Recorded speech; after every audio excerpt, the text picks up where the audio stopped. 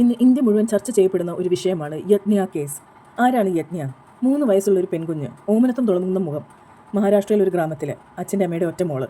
അവളെ അയൽവാസി 24-കാരനായ അയൽവാസി ചോക്ലേറ്റ് കാണിച്ച് പ്രലോഭിപ്പിച്ച് കൊണ്ടുപോയി ബലാത്സംഗം ചെയ്ത് ബ്രൂട്ടലി കൊലപ്പെടുത്തി. അയാളെ അറസ്റ്റ് ചെയ്തു. അപ്പോൾ എല്ലാവരും ക്യാൻഡിൽ ലൈറ്റൊക്കെ ആയിട്ട് സ്ഥിരം സംഭവങ്ങൾ നടക്കുന്നത് പോലെ ലോസ് മാറണം, അയാൾ തൂക്കുശിക്ഷ വിധിക്കണം എന്നൊക്കെ പറഞ്ഞ് ക്യാൻഡിൽ ലൈറ്റായിട്ടും ഇറങ്ങിയിട്ടുണ്ട്. #ജസ്റ്റിസ് ഫോർ യജ്ഞങ്ങൾ തുടങ്ങിയിട്ടുണ്ട്. ഡിബേറ്റ്സ് നടക്കുന്നുണ്ട്, ഡിസ്കഷൻസ് നടക്കുന്നുണ്ട്.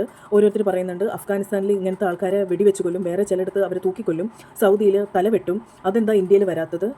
അതുകൊണ്ട് നമുക്ക് കുറ്റം പറയാം, പക്ഷേ സൗദിയിൽ ബിഹെഡിങ് നടക്കുന്ന ഒരു സ്ഥലമാണ്, സമ്മതിച്ചു. പക്ഷേ അവിടുത്തെ സിറ്റുവേഷൻ എന്താണ്? സ്ത്രീകൾക്ക് അവിടെ എന്ത് സെക്യൂരിറ്റിയാണുള്ളത്?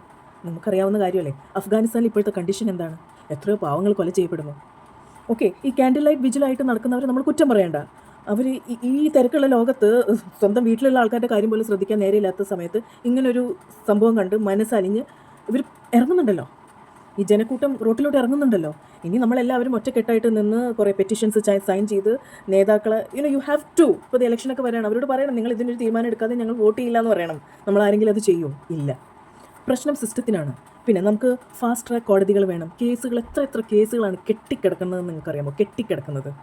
അന്ന് നടന്ന ആ ഒരു നടി പീഡിപ്പിക്കപ്പെട്ട സംഭവം, അത് 8 വർഷത്തിന് ശേഷമാണ് വിധി വരാൻ പോകുന്നത്. സോ ഇങ്ങനെയാകുമ്പോൾ എല്ലാവരുടെയും മനസ്സ് മടക്കൂലേ? പിന്നെ ഹ്യൂമൻ റൈറ്റ്സ് ആക്ടിവിസ്റ്റ് വരും. ഇപ്പോൾ ഒരു പക്ഷേ ഈ കുറ്റവാളിയെ തൂക്കിക്കൊല്ലാൻ വിധിച്ചാൽ അവർ വരും, ഒരു ജീവനാണ് എന്ന് പറഞ്ഞുകൊണ്ട്. അവരവരുടെ ഡ്യൂട്ടി ചെയ്യുന്നു, എല്ലാവരും അവരവരുടെ ഡ്യൂട്ടി ചെയ്യുന്നു. നമുക്ക് നല്ലൊരു സിസ്റ്റം ഇല്ല. കുഞ്ഞുങ്ങൾ ഫസ്റ്റ് ഓഫ് ഓൾ, ഇപ്പോൾ ഈ കുട്ടി മരണപ്പെട്ടു, പക്ഷേ ഇങ്ങനെ അതിക്രമം സംഭവിച്ചൊരു കുഞ്ഞ് പേടിച്ചിട്ട് കുറേ നാളുകൾക്ക് ആരോടും മിണ്ടില്ല. പിന്നെ അവസാനം അച്ഛനോടും അമ്മയോടും തുറന്നു പറയുമ്പോൾ it will be very late. പിന്നെ ഫോറൻസിക് എവിഡൻസും കാര്യങ്ങളും, പിന്നെ ഈ കുഞ്ഞിനോട് സംസാരിക്കാൻ നല്ലൊരു ചൈൽഡ് സൈക്കോളജിസ്റ്റ് വേണം. സംടൈംസ് അങ്ങനത്തെ ആൾക്കാരില്ല. ഇപ്പോൾ പോക്സോ കേസൊക്കെ ഉണ്ട്. പോക്സോ കേസ് എന്താണെന്ന് നോക്കി, protection of children against sexual offences act 2012 അതുണ്ട്. അപ്പോൾ അതുകൊണ്ട് കുട്ടികളെ അധികം ഡിസ്ട്രെസ് ചെയ്യാതെ എങ്ങനെയെങ്കിലും ആ കുട്ടിക്ക് ജസ്റ്റിസ് വാങ്ങിക്കൊടുക്കണം എന്നുണ്ട്. പക്ഷേ പോക്സോ കേസസ് മിസ്യൂസ് ചെയ്യപ്പെടുന്നു. ഒരു വീട്ടുതർക്കം വരുമ്പോൾ, ഇപ്പോൾ പ്രായമുള്ള അച്ഛൻ മകൾക്ക് സ്വത്ത് എഴുതി കൊടുത്തില്ല, മകളുടെ ഭർത്താവ് പറയുന്ന ഐഡിയ ആണ്, നീ കൊച്ചിനെ കൊണ്ട് പറ മുത്തച്ഛൻ എന്നെ പീഡിപ്പിക്കാൻ നോക്കിയെന്ന്. POCSO case ആക്കട്ടെ. ചിലർക്ക് പോക്സോ ഒന്നും കൂടെ പറയാൻ പറ്റില്ല, പോസ്കോ എന്ന് പറയും. നീ ആ പോസ്കോ കേസ് വെച്ച് ഇപ്പോൾ അതൊരു തമാശയായി. നമ്മുടെ കോടതികളിലൊക്കെ കെട്ടിക്കിടക്കുന്ന കേസ്, പ്രോപ്പറായിട്ട് ഫോറൻസിക് ഡേറ്റ അനാലിസിസ് ഇല്ല, understaffed labs, overworked employees. System മൊത്തം മാറേണ്ടിയിരിക്കുന്നു.